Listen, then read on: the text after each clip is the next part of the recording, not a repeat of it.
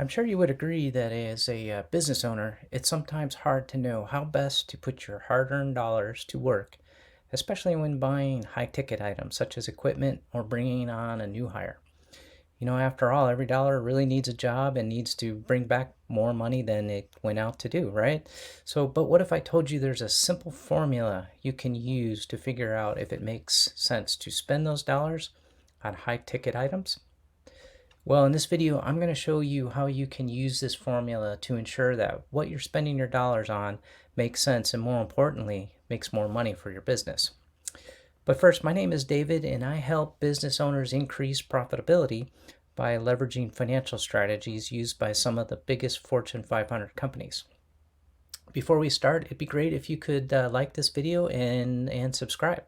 So let's get started. Step one is to figure out the inputs to use in the formula. We're going to be using a simple to use formula called return on investment, or ROI for short.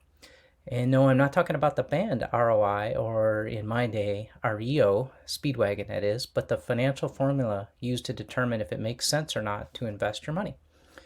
ROI is calculated by taking the net profit divided by your total investment times 100. Net profit equals the money you think you'll earn should you invest your dollars, and the total investment is what you'll have to spend to earn that profit. Why multiply by 100? Well, we want to express ROI as a percentage, and multiplying by 100 accomplishes this. So think of ROI like this. If you put $1 into a machine, you want to get $3 back. That's $2 would be your ROI. And let me give you an example. So let's say you want to buy a piece of equipment that costs $10,000. Over the life of that equipment, you can generate $5,000 in profit from that machine. So the ROI would be calculated as $5,000, the profit, divided by $10,000, the cost of the equipment, times 100, which equals 50%. Now, there are other variations of ROI, such as the ROI's cousin, the IRR, or internal rate of return. Kind of fun to say, actually. But these formulas just add complexities that kind of muddies up the results. But one thing I would recommend for the ROI, though, is that if in our example, the profit would be earned over, say, 3 years, then I would take that 50% and divide it by 3 to get an annual rate of return of approximately 17%. Okay, let's move on to step two. Step two is determine your inputs, and this is actually the hardest part. Notice in step one, I didn't say sales. That's because you have to take sales less the cost of the equipment and other costs such as maintenance, utilities, etc., to calculate the net profit. And as mentioned earlier, you should consider the period of time to use for calculating the net profit, or the period of time you're going to earn that profit. So estimating the revenue and cost to get your net profit, as you can tell, would be in some cases very difficult, but it is extremely important. So to combat this, what I would suggest is creating 3 scenarios that estimates the net profit. And I would probably call them such as best, most likely, and worst case. And then what you do is just take an average of those 3 scenarios, or maybe even weighting one more higher than the other. So let's take the example I mentioned earlier, where the profit was estimated to be $5,000. Let's say the best, most likely, and worst case would be a net profit of $5,000, $4,000, and $3,000 respectively. The total of those 3, right, would be $12,000, and the average would be $4,000. And that would change your ROI to 40%. Another thing to think about ROI is also ROI can be used for purchases in your business that actually don't generate income. And let me give you an example. I once worked with a consultant who asked to buy a printer. They showed me that it takes them 3 minutes to go back and forth to use the printer, which was located down the hall, and we really couldn't move it. And at the printer is approximately, they would go to about 3 to 5 times a day.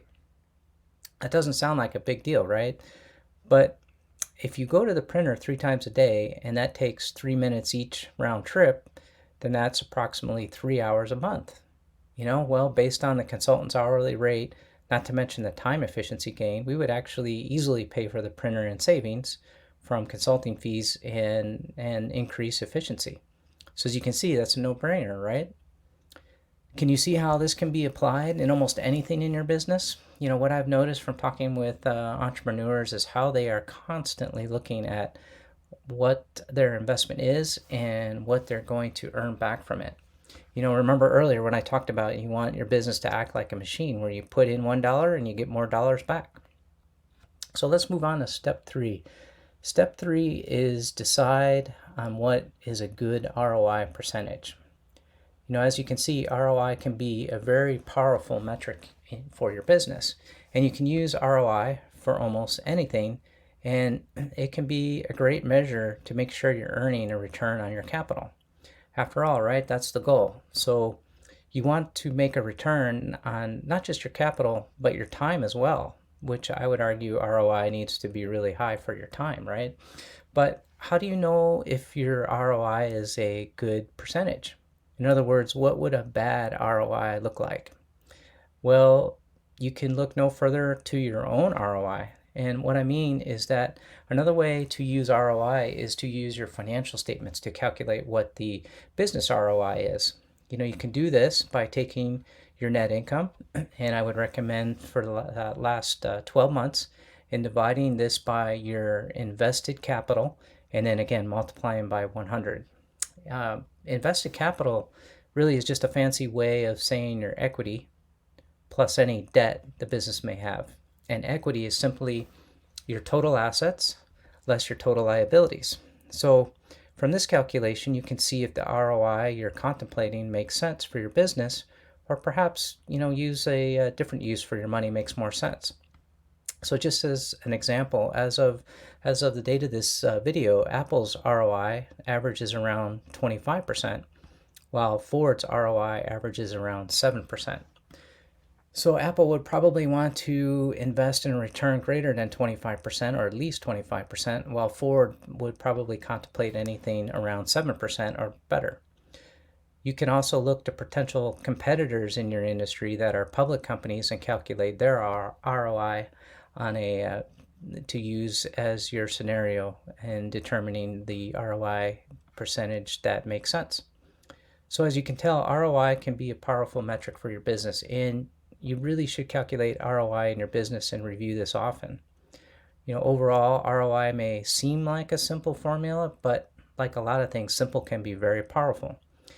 And, you know, it was said once best by Warren Buffett when he said that rule number 1 is don't lose money, and rule number 2 is don't forget rule number 1. And ROI is a good way to make sure that you follow these rules. So thanks for watching this video, and if you haven't, please hit that subscribe button for more videos. And for now, I wish you and your business well.